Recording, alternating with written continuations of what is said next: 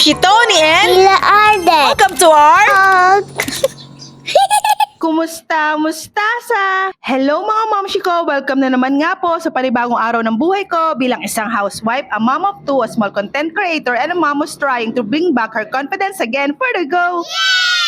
At dito ko na nga sisimulan mga mamshi ko. Lunes nga ngayon at pupunta nga kami ngayon sa school nila Ate Akit. Sasamahan ko nga siya dahil may practice nga po kami ngayon para sa kanilang moving up. Medyo late na nga kami ng mga oras na yan dahil nga si Aiden ay nagising nung alas 6 kaya naman pinadede ko muna at pinatulog bago ko naigayak si Ate Aki. 7:45 nga ng umagang mga mi at tingnan nyo naman talaga namang sulong-sulo si Ate Aki sa tirik ng araw. Ang ganda nga lang din itong suot ko na salamin mga mamshi dahil kahit tirik na tirik yung araw ay hindi nga ako nasusulo. Kung kagaya nga kita mga mamshi na malabo ang mata sa malayuan at malinaw kapag malapitan na ito na yung nahahanap mo. 3-in-1 na to mga mi, anti-rad, graded na rin at photochromic na rin. Ilalagay ko yung shop link sa comment section. Yahoo!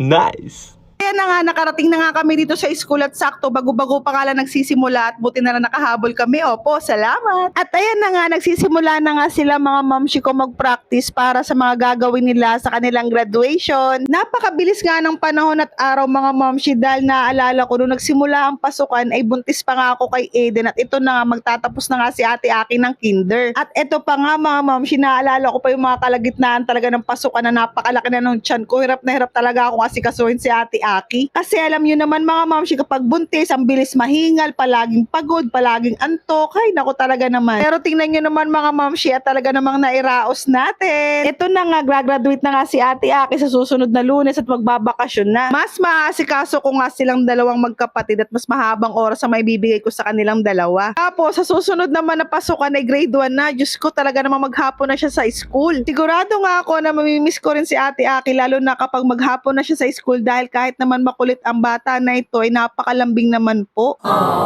At ayan na nga mga mamshi, maya-maya nga lang ay tapos na nga ang kanilang practice kaya naman agad na nga rin kami umuwi ni Ate Aki dahil nga baka nga gising na nga rin si Aiden. Pagka-uwi naman namin mga mamshi ay nagulat nga ako dahil wala yung mag-ama sa bahay. Kaya naman agad-agad ko nga binidyo call si Daddy Bong mga mamshi at yun pala ay pumunta nga sila kala Mami Gelly. Hindi naman daw nag-iiyak si Aiden kaso nga lang naaawa na nga raw yung ama at palagi na nga lang nakakulong sa loob ng kwarto. Nakay na nga lang daw niya mga mamshi si Aiden sa stroller at naglakad nga raw sila mula dito sa bahay papunta kala Mami Gelly para raw makapagpapawis na rin. O diba sabi ko sa inyo mga mamshi, nag-uunti-unti na rin talaga magpapayat ang asawa ko. Ayaw niya nang talaga yung nire-record at binibidyo. Gusto nga ni Ate Aki na sumunod nga kami dito kala Mama Gelly kaya naman niligpit ko muna yung pinaghigaan namin at pumunta na nga rin kami. Andito na nga kami mga mamshi sa bahay ng aking biyanan at tingnan nyo naman si Ate Aki tuwang-tuwang nakita ang kanyang bunsong kapatid. At ayan mga mamshi, ayaw nga raw inumin ni Aiden yung dalang gatas ng kanyang ama kaya ayan pagkadating ko talaga namang sumubsob agad sa akin. Opo, mixed feeding nga po pala kami mga mamshi, share ko lang, salamat. At yan nga si Mami Gelly nagbibigay nga ng mangungot-ngot kay Ate Aki dahil nga aakit kami sa kwarto ni Mami Gelly dahil dun nga muna kami tatambay dahil sobrang init. At ayan, andito na nga kami mga mamshi sa kwarto ng aking biyanan at nagkwekwentuhan, nagchichikahan habang nagne-Netflix at chill. Netflix at chill!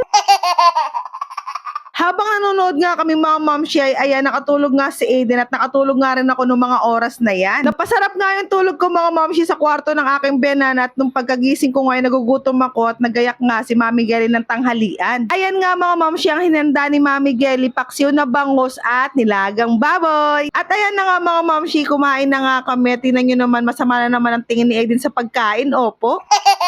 Pagkatapos naman namin mga mamshi magtanghalian ay ayan, hinatid na nga kami ni Mami Gelly at pagkadating nga namin sa bahay, nilinisan ko lang si Aiden at ayan, tulog na naman. Nung nakatulog na nga si Aiden mga mamshi ay dapat maliligo na ako kaya nga naisipan ko na nga rin mag-walking. Kaya ayan, nag-walking na nga lang ako ng 20 minutes at ang plano ko nga ay magpapapawis muna ako sabay ligo at magwe-weight update nga ako dahil Lunes ngayon kaya naman timbangan na. Katapos ko mag-walking ay naligo na nga rin ako at inhanda ko na nga ang aking mahiwagang timbangan. At ito na nga mga mamshi, tapos na naman ang isang linggo kaya naman weight update na tayo at ito nga ang resulta.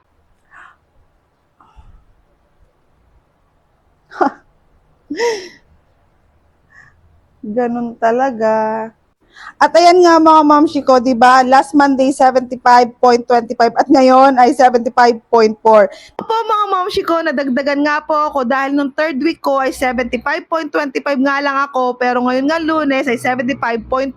Opo, salamat. Pero okay lang yun mga momshi dahil hindi naman talaga ako nagmamadali sa aking weight loss journey. Nung una ko ang weight loss journey mga momshi ay talaga namang inabot ng 1 taon bago ko nga nakamit yung aking weight goal. Kaya ngayon ay talaga namang ine-enjoy ko nga lang ang journey ko na ito. Babawi na nga lang ako ngayong week 5 mga momshi. Hindi naman ako nawala ng pag-asa kahit may nadagdag. Maling yung ngayong susunod na linggo, malaki yung mabawas sa akin, di ba? At ayan mga momshi ko, ang dami nangyari ngayon Lunes, kaya naman dito ko na nga muna tatapusin ang aking vlog for today's video. Sana po ay nagustuhan nyo ang aking vlog na to at kung nagustuhan nyo, palambing naman, please follow me and share my vlog. So, paano mga momshi ko? See you on my next vlog. Maraming salamat sa panonood. Bye-bye! Mwah!